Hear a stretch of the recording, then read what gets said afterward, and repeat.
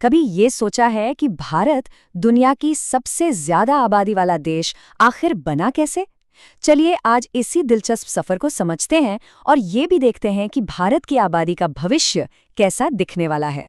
140 करोड़। जरा इस नंबर के बारे में सोचिए। ये इतना बड़ा है कि कल्पना करना भी मुश्किल है। ये है भारत की आज की आबादी।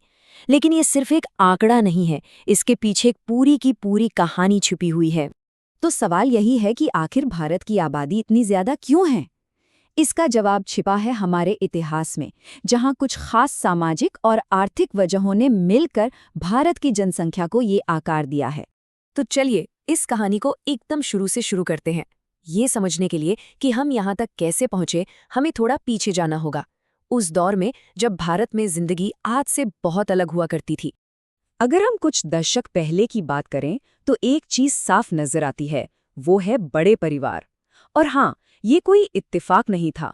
इसके पीछे बड़ी ठोस वजहें थीं जो उस वक्त की सामाजिक और आर्थिक जरूरतों से जुड़ी हुई थीं।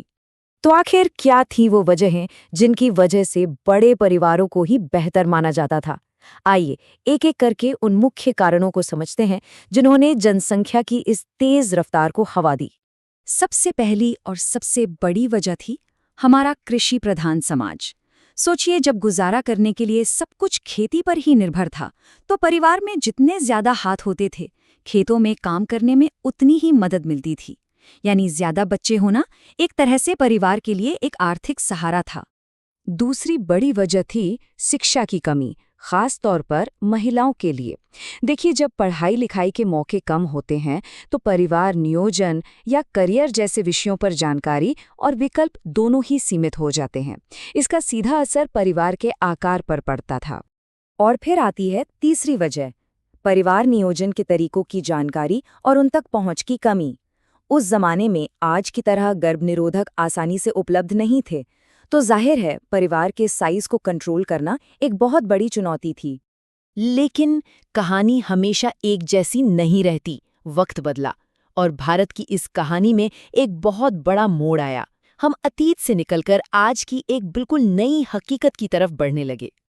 और वो मोड़ ये है कि जिस तेज रफ्तार से हमारी आबादी दशकों तक बढ़ी, वो अब धीमी हो रही है।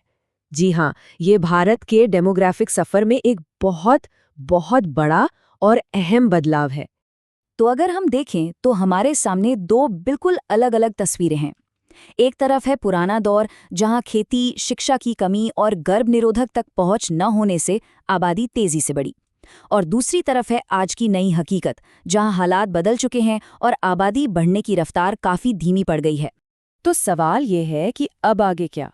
ये धीमी रफ्तार हमें कहाँ ले जा रही है? ये हमें इस कहानी के सबसे दिलचस्प और आखिरी पड़ाव पर ले जाती है, यानी स्थिरता की ओर भारत का सफर। एक्सपर्ट्स का यही कहना है और सारे आंकड़े भी इसी तरफ इशारा कर रहे हैं कि भारत जल्द ही स्थिर हो जाएगा। अब इसका मतलब क्या है? इसका सीधा सा मतलब ये है कि आबादी का बढ़ना लगभग रुक जाएगा और हम एक स्टेबल पॉइंट पर पहुंच जाएंगे। ये जो पूरा सफर है ना, वो एक साफ ट्रेंड दिखाता है। हम अतीत की तेज ग्रोथ से होते हुए आज की धीमी ग्रोथ पर आए हैं और अब भविष्य में स्थिरता यानी स्टेबिलिटी की तरफ बढ़ रहे हैं। ये दशकों में आए एक बड़े बदलाव की पूरी कहानी को एक नज़र में दिखाता है। लेकिन एक स्थिर आबादी का होना, इसका भारत के लिए और पूरी दुनिया की भविष्य के लिए क्या मतलब है? ये एक ऐसा बड़ा सवाल है जिसका जवाब हमारी अर्थव्यवस्था, हमारे समाज और हमारे पर्यावरण के भविष्य को तय करेगा। और ये एक ऐसा सवाल है जिस पर सोचना हम सबके लिए बहुत ज़रूरी है।